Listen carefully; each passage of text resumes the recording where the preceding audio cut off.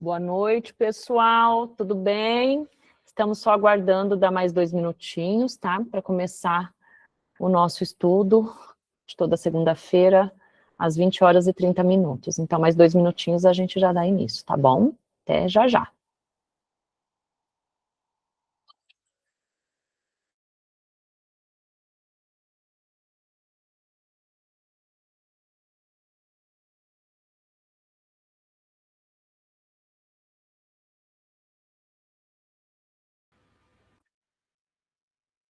Boa noite, pessoal. Estamos todos aqui, cada um concluindo sua parte e aguardando o horário para nós iniciarmos, tá bem?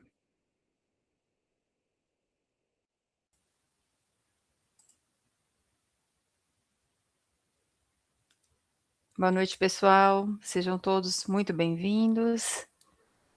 Mais uns segundinhos aí já iniciaremos.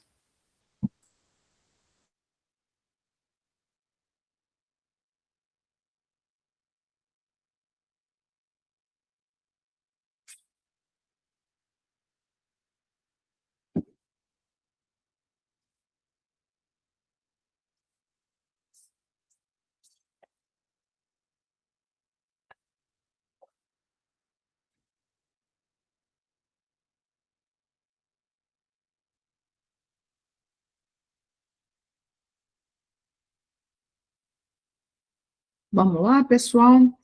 Vamos iniciar a nossa aula de hoje. A primeira coisa, eu quero lembrar num recadinho.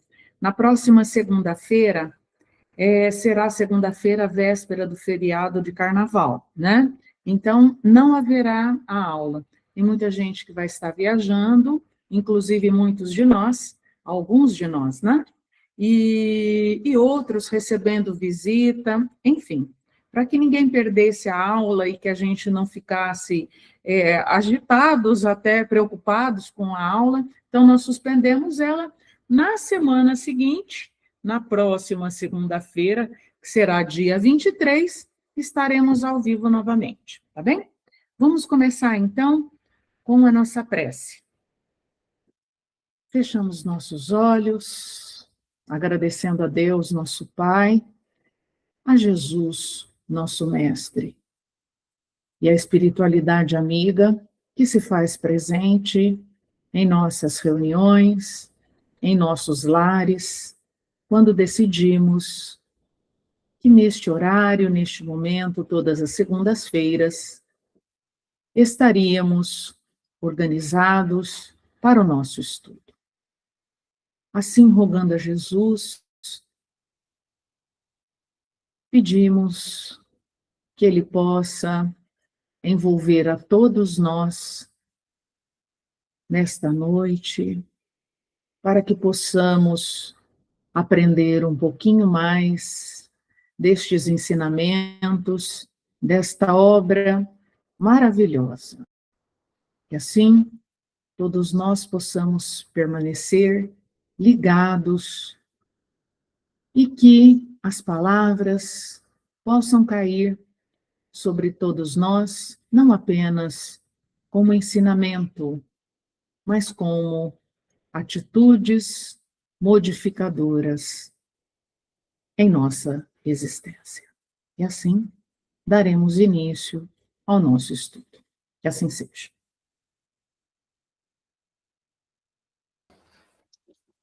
Pessoal, boa noite de novo para quem entrou depois. Então vamos lá, vamos começar, né? Hoje nós vamos estudar o capítulo 6, Precioso Aviso. Então vamos começar. No dia imediato, após a oração do crepúsculo, então olhem só, lembram que a gente já estudou um capítulo sobre a oração coletiva? Todo dia eles fazem a oração em nosso lar, num horário determinado, no final da tarde. Imaginem só a força disso, né? Como é muitos reunidos fazendo uma prece, isso é muito importante, né? Isso canaliza uma força muito grande. Então, após a oração do crepúsculo, Clarencio me procurou em companhia do atencioso visitador. Fisionomia irradiar generosidade, perguntou, abraçando-me. Então, de novo, vocês percebem que sempre o afeto, tá? Está permeando todas as relações. Clarencio é muito carinhoso, muito afetuoso, mas é aquele afeto que não é aquele que nós estamos acostumados aqui nesse mundo mais material. É um afeto, um carinho efetivamente de preocupação, de amigo. É algo que a gente precisa aprender isso. Então, abraçando-me, ele perguntou: como vai? Melhorzinho? Olha que carinhoso. Melhorzinho é uma graça. Esbocei o gesto do enfermo que se vê acariciado na terra. Amolecendo as fibras, emotivas. No mundo, às vezes, o carinho fraterno é mal interpretado. Quantos de nós já não interpretamos, às vezes, um abraço de uma forma errada, né? E a pessoa só queria demonstrar um carinho por nós naquele momento. Quando às vezes a pessoa vem, passa a mão no seu cabelo, na sua cabeça, né? A gente precisa aprender a entender que que muitas vezes as pessoas não se aproximam da gente por nenhum tipo de interesse, além daquele de querer o nosso bem, pura e simplesmente. Obedecer. Fala, Marga. Aline, eu estou lembrando aqui, né, que a gente não pode esquecer da época em que foi escrita essa obra, né? Ainda mais dificuldade tinha-se os homens, né, pela cultura e educação machista, né, de se abraçar. A gente veio ver isso muito tempo depois. E hoje os jovens, os adultos mesmo, os meninos, fazem questão de se abraçar, se beijam, né? No rosto, carinhosamente. A gente vê que isso é uma conquista humana, tá? O tanto que era difícil demonstrar esse afeto. Hoje é uma coisa muito até mais natural da gente conseguir ver. E mesmo também entre os mais jovens, o abraço entre um homem e uma mulher, né? A mulher precisa ser, por exemplo, muito independente para ela chegar a abraçar um homem com tranquilidade, com natureza, sem que se pareça alguma intenção, né? Então, importante a gente fazer isso, a gente lembrar isso, que hoje em dia é uma conquista. Estamos evoluindo, né? Graças a Deus. Pelo menos na nossa sociedade do nosso país, né? Sim, com certeza. Um passinho por vez, mas sempre em frente. Uhum. Obedecendo ao velho vício, comecei a explicar-me, enquanto os dois benfeitores sentaram-se comodamente ao meu lado. Então, obedecendo o velho vício, que vício será esse? Que é muito comum a gente fazer todos os nossos dias, que é tão comum que virou um hábito que a gente não percebe, a reclamação. Vamos ouvir aqui o que o André vai começar a falar. Não posso negar que esteja melhor. Entretanto, sofro imensamente. Então, aqui, André Luiz, ele vai começar aquele velho vício da reclamação. Está melhor, mas sofre imensamente. Quantos de nós não fazemos isso todo dia? Parece que a gente rega o sofrimento, né? A gente vai regando e a gente quer que ele cresce. E nós vamos aprender algo muito diferente hoje. Muitas dores na zona intestinal, estranhas sensações de angústia no coração. Nunca supus fosse capaz de tamanha resistência, meu amigo. Ah, como tem sido pesada a minha cruz. Agora que posso concatenar ideias, creio que a dor me aniquilou todas as forças disponíveis. Olhem só, André Luiz, ele já sabia, já tinha pleno conhecimento do motivo do sofrimento dele. E o que ele faz aqui? Continua a reclamar como tem sido pesada a minha cruz. Mas, se a gente for parar para pensar, ele tinha conhecimento, mas ele foi resgatado, ele estava numa colônia espiritual, ele estava sendo auxiliado de uma forma toda carinhosa, e mesmo assim ele vai começar a lamentação, o vitimismo, que é muito comum em nós. Nós fazemos isso todos os dias sem perceber. Eu acho que a grande maioria faz sem perceber. Clarencio, fala mais. Faz parte, a autopiedade. Sim. Né? A gente se acha sempre o pior, o mais sofrido, as nossas dores são as piores, a nossa vida é sempre a pior, e o nosso sofrimento é muito maior do que qualquer pessoa. Sim, com certeza. É essa situação que ele se encontrava. Isso. Clarencio ouvia atencioso, então Clarencio estava ouvindo ele com respeito, de forma atenciosa, demonstrando grande interesse pelas minhas lamentações, sem o menor gesto que denunciasse o propósito de intervir no assunto. Olhem só, uma demonstração da paciência. A gente consegue ouvir o outro, É uma pergunta que a gente se faz. Será que a gente tem essa capacidade, essa paciência de escutar o que o outro tem para falar para nós? Quantas vezes a pessoa começa a reclamar, daí a gente entra, mas o meu caso é pior. Então, esse vitimismo, né?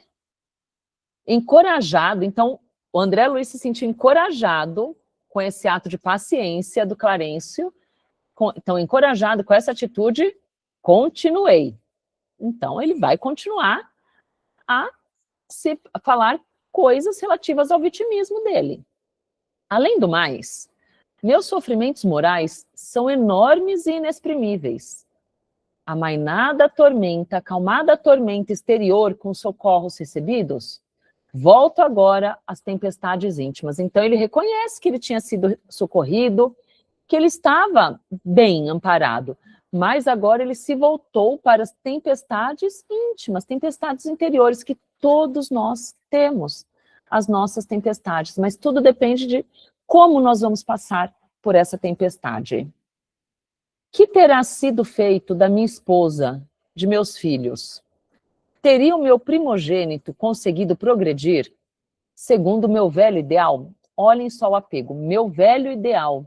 O ideal era dele, não era do filho dele. Quantos de nós não fazemos isso com os nossos filhos? O melhor para você é seguir esse caminho. E será que é? E as filhinhas? Minha desventurada Zélia muitas vezes afirmou que morreria de saudades se um dia eu lhe faltasse. Olha o apego, muito grande o apego ainda.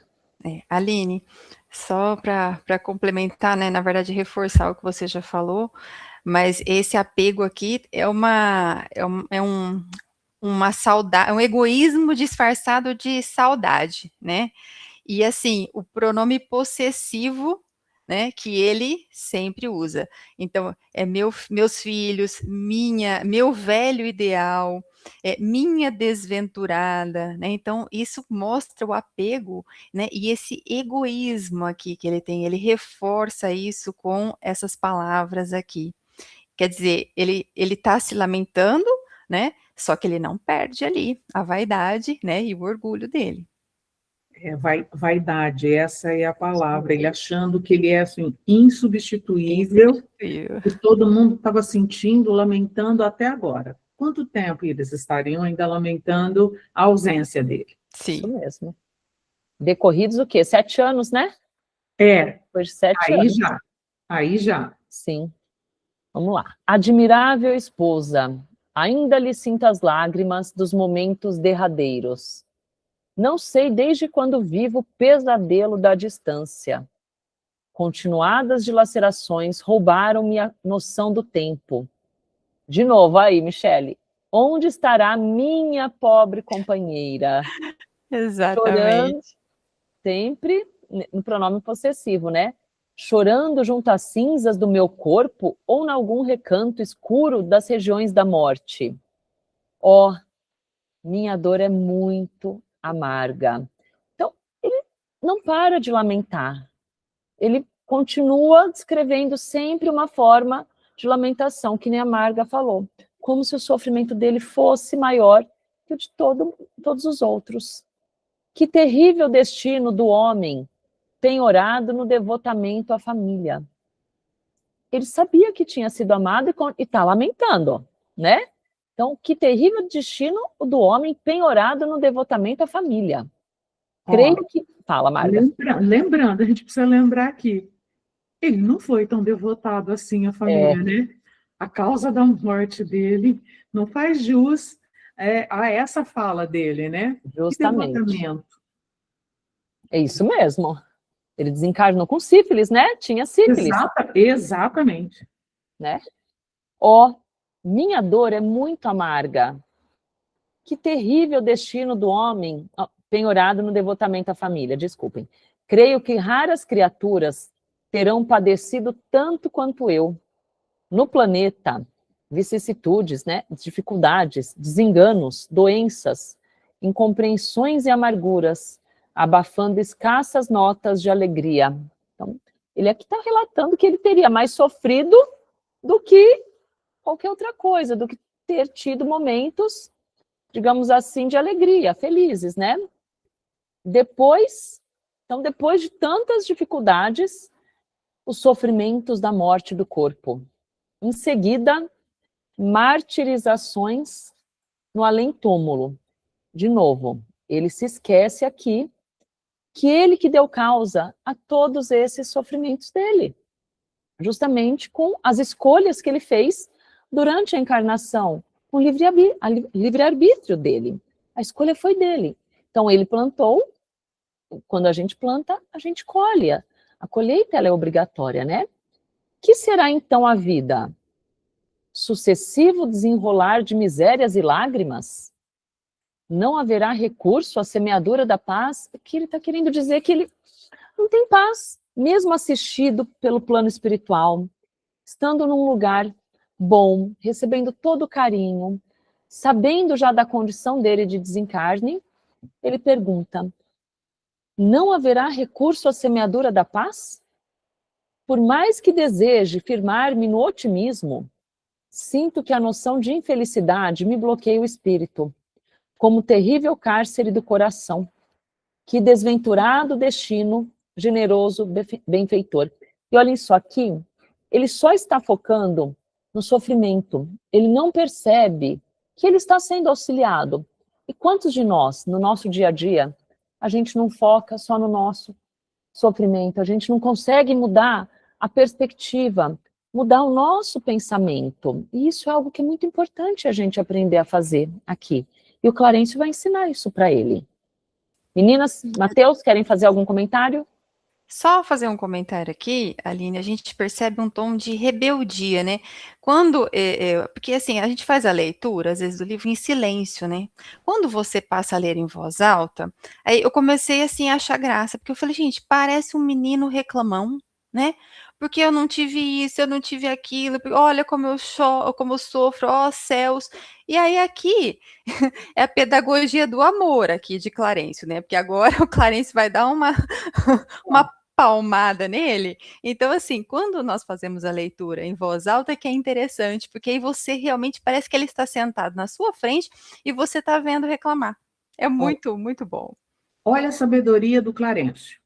O Clarencio sabia tanto que isso iria acontecer, que quando ele faz a pergunta lá no início para cumprimentar ele, melhorzinho, melhorzinho a gente pergunta para quem? Para criança. Para criança, não faz para outra pessoa. Para adulto, não. Né? Então, o Clarencio já sabia o que viria a seguir. Tá? Com certeza. Aline, eu só queria fazer um comentário, né? A gente chegou aqui ao final das lamentações do André, ele vem falando aí desde o começo do capítulo praticamente, e aí eu fiquei, quando eu li esse capítulo, eu lembrei, assim, como é fácil de cair nesse viés, né? Se a gente está num ambiente que todo mundo começa a reclamar, ele é tão forte, assim, esse sentimento, a gente começa a dar um jeito de reclamar de alguma coisa. Então, a gente pode ver isso tanto no âmbito pessoal, né, no ambiente de trabalho, até, eu estava até lembrando quando eu li isso, o grupo de WhatsApp, de condomínio. Então, alguém reclama de alguma coisa, a internet está lenta, todo mundo começa a reclamar e nada está legal.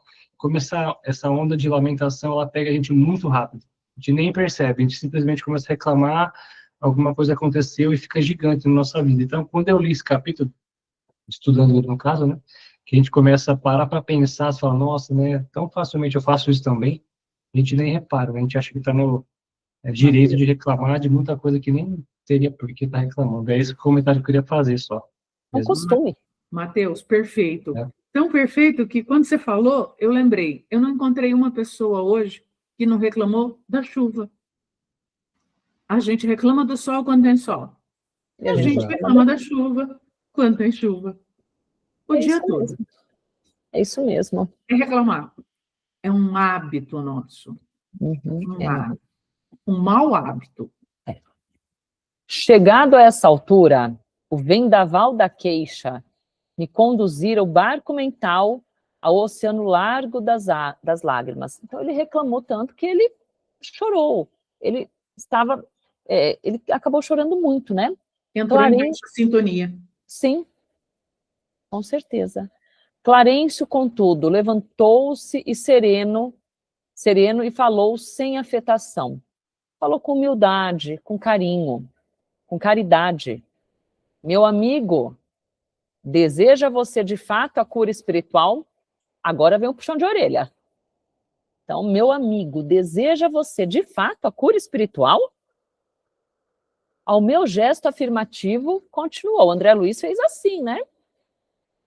Aprenda então a não falar excessivamente de si mesmo, nem comente a própria dor. Então a gente precisa aprender a falar menos de nós e comentarmos menos a nossa dor. Por quê?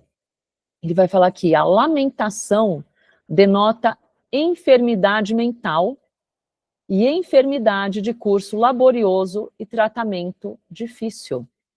Essa reclamação, essa lamentação, a gente acaba dando um foco tão exagerado às dificuldades que muitas vezes, e a gente consome todas as nossas energias nisso e a gente não foca na solução, não foca no que talvez essas dificuldades estejam nos ensinando. Talvez não sempre, porque toda dificuldade ela traz um ensinamento por trás.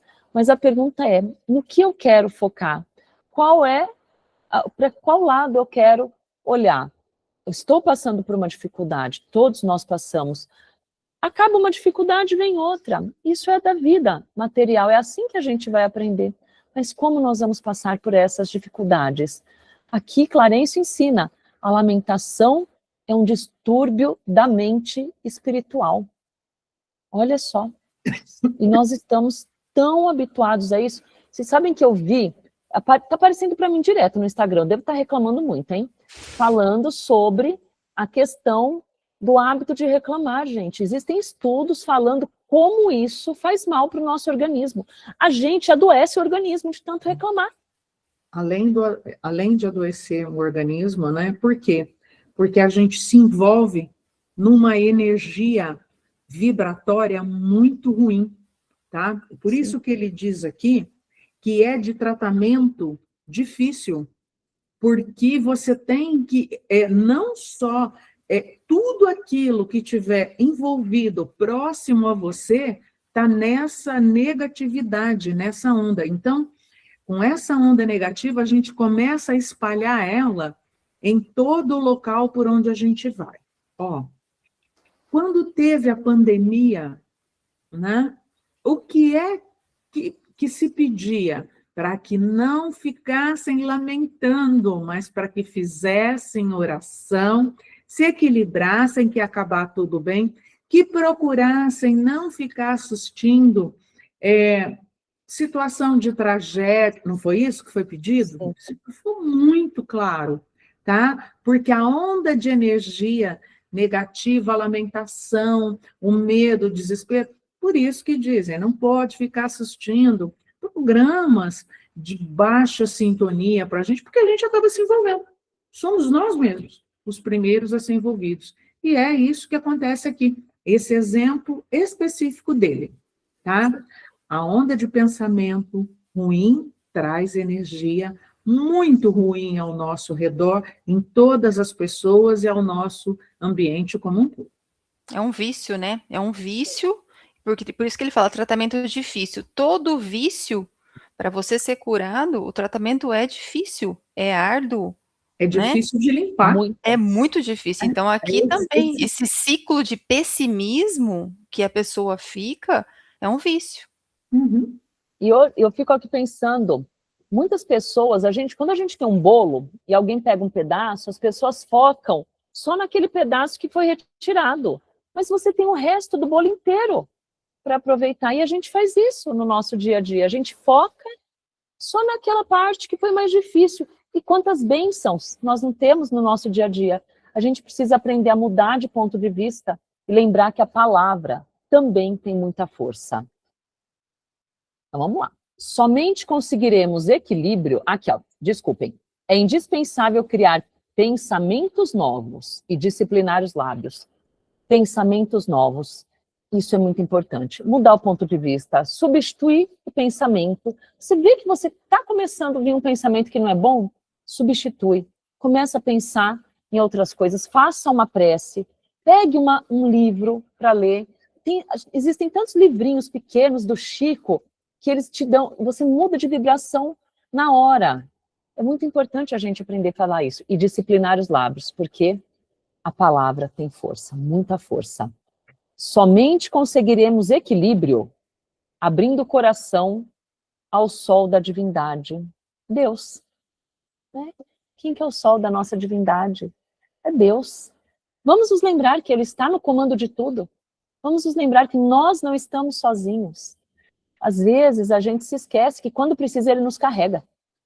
Ele nos carrega e nos ajuda em tudo, absolutamente tudo. Classificar o esforço necessário de imposição esmagadora. Enxergar padecimentos onde a luta é edificante. Olha só, às vezes a gente está passando por um momento difícil, tem quem enxergue só a dificuldade, mas tem quem enxergue a luta edificante, aquilo que você vai poder crescer com aquele momento. Só identificar a indesejável cegueira da alma. Qual é o ponto de vista que a gente enxerga nesses momentos? Qual é a nossa lente? Quanto mais utilize o verbo por dilatar considerações dolorosas no círculo da personalidade, mais duros se tornarão os laços que o prendem a lembranças mesquinhas. Então, quanto mais a gente fazer considerações dolorosas, lamentar, reclamar, mais presos nós estaremos àquelas lembranças mesquinhas, que não são tão boas assim. A gente precisa mudar o nosso foco, começar a falar de coisas boas também. Porque nós temos, a gente acha que a gente só tem dificuldade, mas nós temos tantas coisas para agradecer. Parem, pensem em algo que vocês possam agradecer. Eu tenho certeza, só o fato da gente ter acordado hoje, de estar aqui, de estarmos juntos aqui, isso já é uma bênção. Então a gente precisa mudar a perspectiva, de olhar as coisas. E olhem só, isso é difícil, hein? O mesmo pai que vela por sua pessoa, oferecendo-lhe teto generoso nesta casa, atenderá os seus parentes terrestres. Todos somos filhos de Deus. Meu filho, o filho do André Luiz, não é dele, é filho de Deus. Do mesmo jeito que Deus cuida de André Luiz, Ele vai cuidar também daqueles filhos que foram filhos dele na encarnação. Então, como é difícil a gente se desapegar, achar que só nós que damos conta de cuidar deles, mas é o Pai, o nosso Pai, que cuida de todos nós. Como é difícil isso, né? Vocês acham que eu paro aqui, meninas? E Mateus? Ou vai mais um trechinho? Não, dá para falar mais um pouquinho. Vamos até o final do parágrafo. Tá. Devemos ter nosso agrupamento familiar como sagrada construção, mas sem esquecer que nossas famílias são seções da família universal, sob a direção divina. Ou seja, nosso agrupamento familiar dessa atual encarnação é uma sagrada construção, mas nós fazemos parte de uma família muito maior, que está sob direção divina, sob a direção de Deus. E ela é dividida. Nós temos várias seções, vários segmentos. Estaremos a seu lado para resolver dificuldades presentes e estruturar projetos de futuro.